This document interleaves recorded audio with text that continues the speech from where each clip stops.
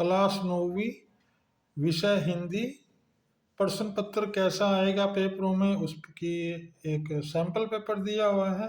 समय 3 घंटे रहेगा, पूर्णांक 80 रहेंगे, कुल प्रश्न 13 होंगे और इस प्रकार उसके ऊपर इंस्ट्रक्शन लिखी होगी। कै भाग इस प्रकार का होगा। वर्ण किसे कहते हैं, इसके कितने भेद हैं। तालाब, पेड़, दो पर्यायवाची शब्द लिखिए। समाज किसे कहते हैं, उदाहरण से लिखिए। मुहावरों का अर्थ लिखिए। शुभ, पसंद, विलोम लिखिए। अब उपसर्गों के प्रयोग से दो दो शब्द बनाइए। निम्नलिखित पंक्तियों के प्रत्युक्त अलंकारों का नाम लिखिए। प्रश्न नंबर 2। पहले हम प्रश्न नंबर 1 के आंसर देखते हैं। ये पहला का क्या भाग हो गया। वर्ण किसे कहते हैं। तालाब, पेड़ के पर्यायवाची शब्द हो गए। समास की परिभाषा होगी। मुहावरों का प्रयोग करते हुए लिखना, एक वाक्य बनाना हो गया। इसका विलोम शब्द हो गए, उपसर्ग प्रयोग हो गया, अलंकार हो गए। अब किसी एक विषय पर निबंध लिखना है। ये भी एक निबंध लिखना है। ये 5 विषय दे रखे हैं। कंप्यूटर, देश प्रेम, राष्ट्रभक्ति, विज्ञान के लाभ हानि, मेरे प्रिय नेता। हम इसमें से किसी का भी एक ऐसे लिख देंगे। क्वेश्चन नंबर 3 में हमें एक पत्र लिखना है। प्रातःकालीन भ्रमण या जुर्माना माफी के लिए मुख्याध्यापक को प्रार्थना पत्र। चौथे भाग में 36 के हैं।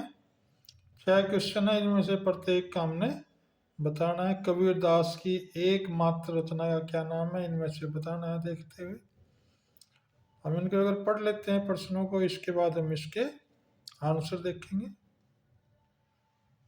आइए इसके आंसर चेक करते हैं। इसी भाग का एक 6 भाग रह गया। बादल रूपी पाहुनों की अवगानी कौन कर रहा है। प्रश्न नंबर 4 के उत्तर होगी बीजक, घर, गोवर्धन, कोयल, मंजरियों से और हवा से। चौथे भाग के आंसर, चौथे क्वेश्चन के आंसर हो गए। आइए 5वां क्वेश्चन देखते हैं। ये हमने काव्य पढ़ लेना है, उनके नीचे उत्तर देने। ये प्रश्न देख लेते हैं हम इनके भी। ये इसके 5 प्रश्न हैं, इनको एक बार पढ़ लो, इसके बाद इनका आंसर देखेंगे। इसमें कवि का नाम है राजेश जोशी, कविता का नाम है बच्चे काम पर जा रहे हैं। यथावत रहेगा। गै भाग का बच्चों के काम पर जाने के कारण उनकी पारिवारिक स्थिति ही आर्थिक मजबूरी प्रतीत होती है।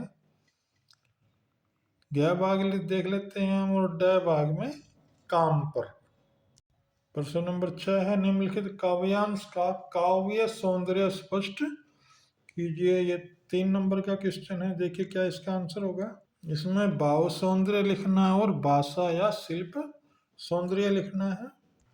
प्रश्न नंबर 7 कबीर ने ईश्वर प्राप्ति के लिए किन प्रचलित विश्वासों का खंडन किया है।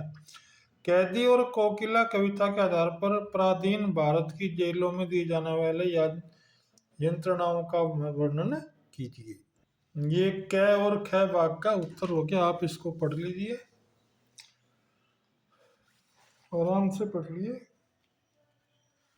इसको आंसर को हमने पढ़ लिया है। अगला क्वेश्चन देखते हैं, क्वेश्चन नंबर 8।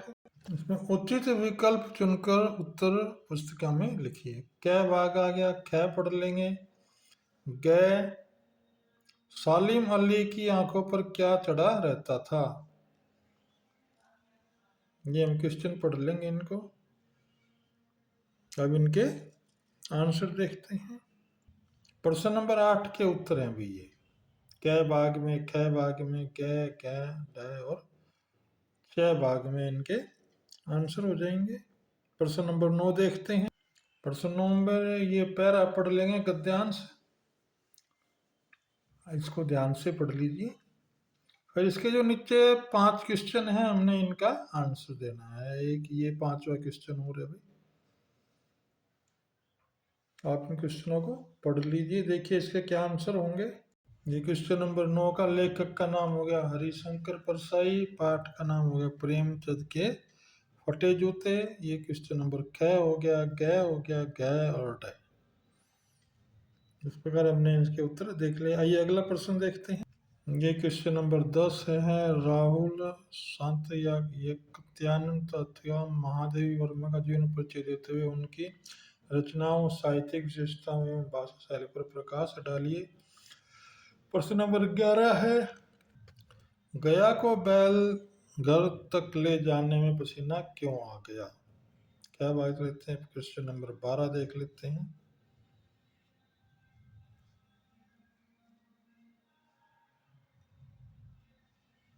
इनके आंसर देख लेते हैं।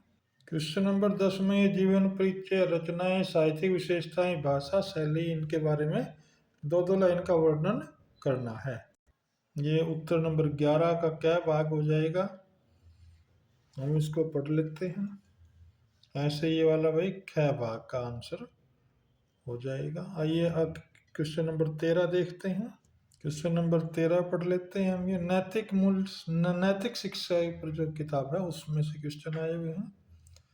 ख और ग भाग में भी दो दो क्वेश्चनों के आंसर हैं। सत्संगति के 4 लाभ बताइए। भारत को त्योहारों का देश क्यों कहा जाता है? आइए इसका आंसर देखते हैं। क्या भाग के ये आंसर होंगे? 2 शेर, जीजाबाई, क्रिसमस, सद्व्यवहार।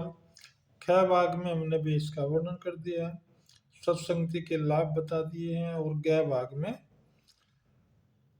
भारत को त्योहारों का देश इसलिए कहा जाता है क्योंकि भारत वर्ष भर में कोई ना कोई त्योहार मनाया जाता रहता है। होली, दिवाली, दशहरा, रक्षाबंधन हिंदुओं के त्योहार हैं। रमजान, ईद और मुसलमानों के क्रिसमस, ईसाई का तथा गुरु पर्व, वैसाखी आदि सिखों के प्रमुख त्योहार हैं। इस प्रकार ये हिंदी के लिए पेपर पूरा हुआ। इस पेपर को ध्यान से पढ़ लीजिए और इसको रट लें। पक्के पेपरों में इसमें से क्वेश्चन आ सकते हैं।